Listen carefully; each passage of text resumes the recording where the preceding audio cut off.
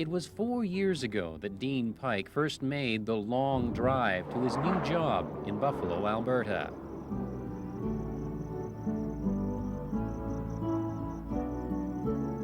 When I first came out here, I did ask, are we there yet? Are we there yet? Where is it?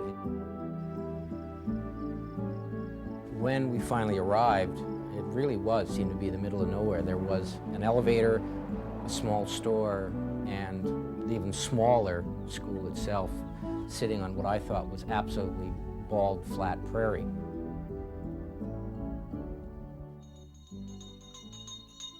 Pike had come to teach in that school and be principal, because in his first year there were just 15 students from grades 1 to 9. Pike had also come to live here, in the teacherage that is one of the few buildings left in Buffalo. Moving in made him one of just 3 people who could call the hamlet of Buffalo home. Dorothy Hyland and her husband are the others. We moved to Buffalo in 1969, right into the town part. I've had so many people come through and they've stopped and said, how can you stand it? What do you do out here? You cannot explain to them where it's at, because I refuse to tell somebody it's in the middle of nowhere, because to me this is not nowhere. Just make sure that it's all covered, because when I bang these, when they're dry... Dorothy has been the teacher's aide at Buffalo School for 16 years. Before that, she drove school bus. Small wonder many of the students call her Grandma. There was lots and lots of dinosaurs. So. Dorothy is the heart of this school, a plain-talking, no-nonsense teacher whose life has revolved around Buffalo School ever since she first walked her own kids here 25 years ago. Like when we came in and our kids were going to school, there was 33, 34 kids going to this school at that time, and it was full.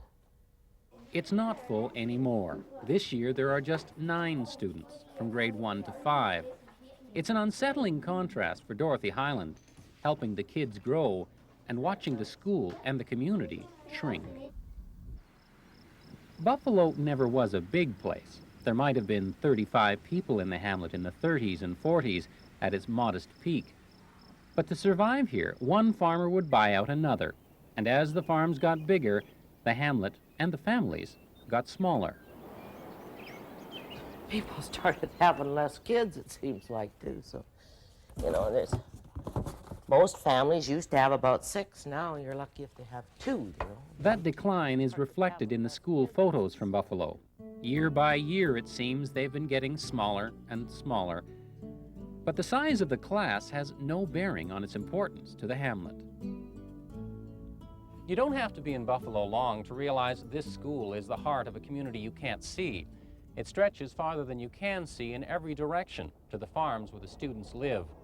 And even though it can take them more than an hour to get here by bus, when they arrive each school morning, they haven't really left home at all. This is their school, their building. In written descriptions, I know they've put down, it's like a house. They'll describe it to someone. It looks like a house. And I think they have very much that feeling. It's a safe place. It's a small little building that belongs to each and every one of them. There's a strong feeling of family in this classroom, even among the few students who aren't related to other classmates. That's Gary, and that's my mom. Clinton Ross is the oldest student. He's in grade 5. His brother Clayton is in grade 4. And like most of the students here, they're carrying on a family tradition. Bonnie Ross? That's my mom. Kelly Ross. That's our dad. Bonnie and Kelly Ross met at Buffalo School. I moved here in 1972, I guess, and I was in grade 4. As soon as I moved to Buffalo, I met Bonnie. Just kind of grew from there, I guess. It grew into a family with 4 boys. Lance and Tanner were a year or 2 away from joining their big brothers at Buffalo School. Only now, they won't get that chance. After years of declining enrollment, the school division has decided it simply isn't worth what it costs to keep the school open for so few children. Good shot. A couple of weeks before the end of school, Clinton and Clayton wait for a longer bus ride to a different school, the one they will be attending come fall, when the Buffalo school will be closed.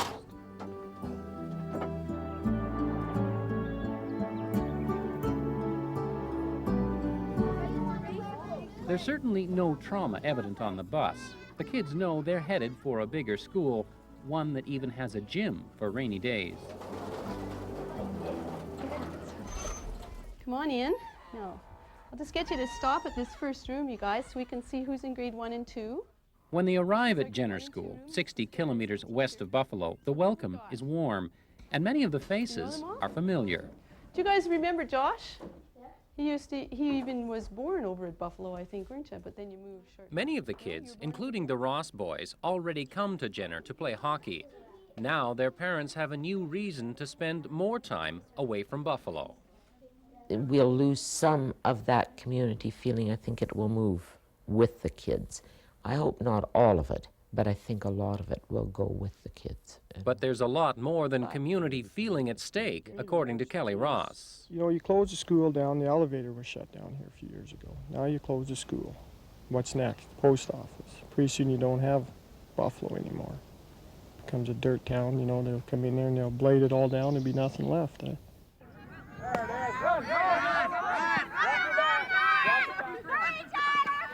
Good hit, good hit. Whoa, stop. It's 3 days until the end of school, the very end for the Buffalo school.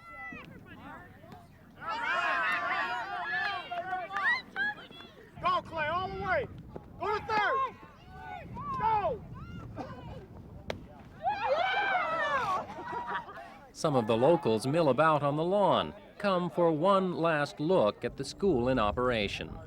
Did you used to teach here in this school? No, I didn't. I didn't. Inside the school, some of the graduates from earlier years reminisce. There's Mr. Brooks right there. There's a bus driver here. Yeah. Yeah. She's married to a Ross. Ross. There are lots of older faces, but quite a few preschoolers in the playground.